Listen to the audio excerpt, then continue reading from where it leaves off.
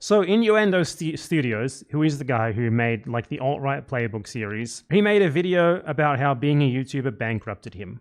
And I'm not going to watch it here, I'm not going to show you much of what he said, but I will summarize it. He says in this video that he has a massive tax bill because being a YouTuber wasn't enough to pay the bills, wasn't enough to get by, in particular because he had to pay like medical expenses and stuff, which did not help. And this is wrong, this is bullshit. You are being misled.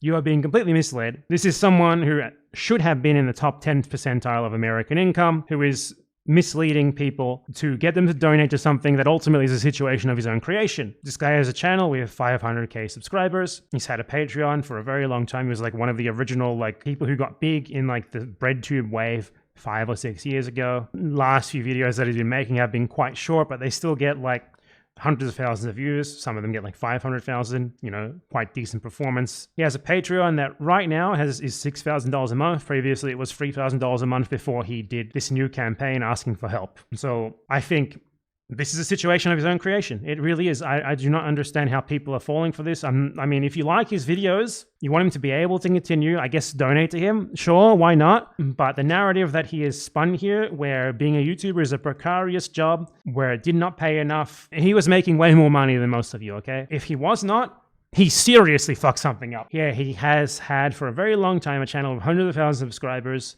that gets millions to hundreds of thousands of views per video. What really happened is that he stopped making longer videos, started making shorter videos less frequently, and he did not leverage his platform in any way by, like, say, making a streaming channel, making a second channel where he makes shorter videos that are less valuable but that make him more money, something that many of us have done, including myself. He had a Patreon, which, you know, $3,500 is probably not enough for most people, especially with dependents, to live off. But it's not too shabby, especially when you consider that that was together with everything else that he was making from this channel. My point here is that this is someone who was in a very good position to make a lot of money. And I'm sure there were exacerbating factors like medical bills that made it worse, but he should have put his income into health insurance or something early on when he was making more money. He should have thought about diversifying, like leveraging the big platform that he has to make an alternative channel where he could upload lower effort stuff more frequently.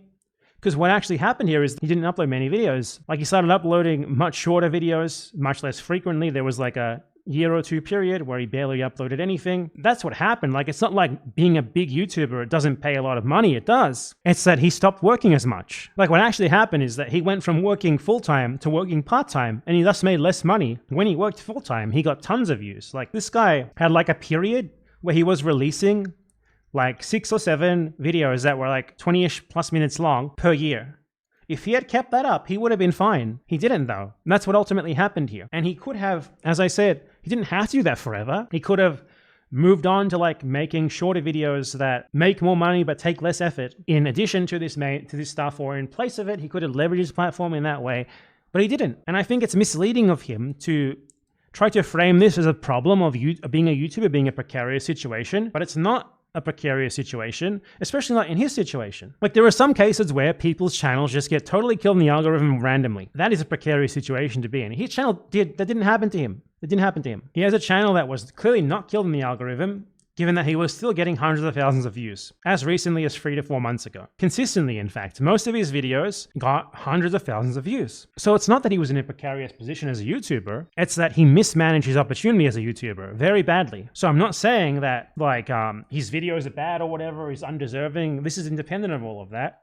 This is someone who fucked up supremely. And I don't like that he's trying to frame this as this being like something that just happens to YouTubers, rather than this being something that happened to someone who was in a really good position economically, a position where they could be set up for life, and he messed it up. That's what actually happened. He didn't take enough precautions.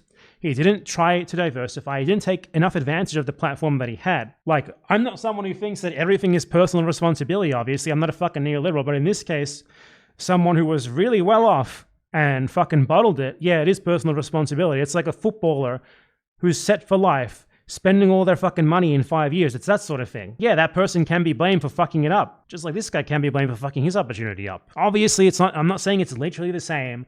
Obviously, he was not rich like a fucking ex-athlete, probably wasn't even rich. What I'm saying is he had a a solid platform to build like a career off for life, making videos or commentary or whatever he wanted, really. He didn't do that. He didn't take precautions. He didn't pay his taxes. Big mistake.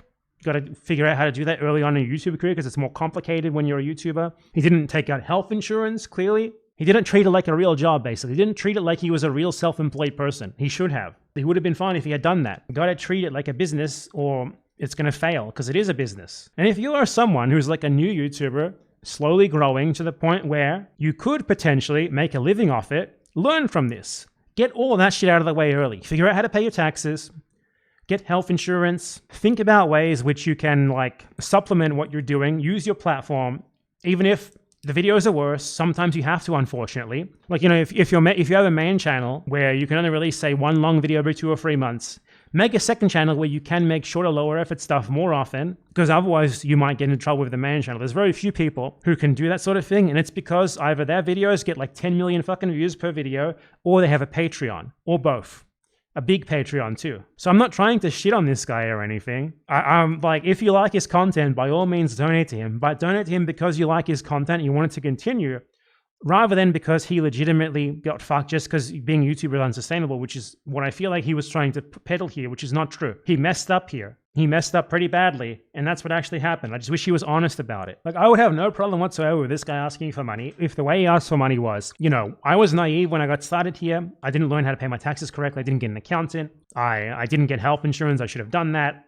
And I got fucked by all this debt that came out. Maybe it like hurt my mental health. So I didn't feel up for making as many videos as I should have been making. And it was like this compounding effect where, you know, I basically sort of did not do the things that I should have done. And now I'm in this hole that I need your help to get out of so that I can keep making the videos that you like. That would be a good fundraiser. He probably would have gotten just as much money out of it, or at least a lot. But I feel like he's being quite disingenuous by not saying that openly, because that's what it really is.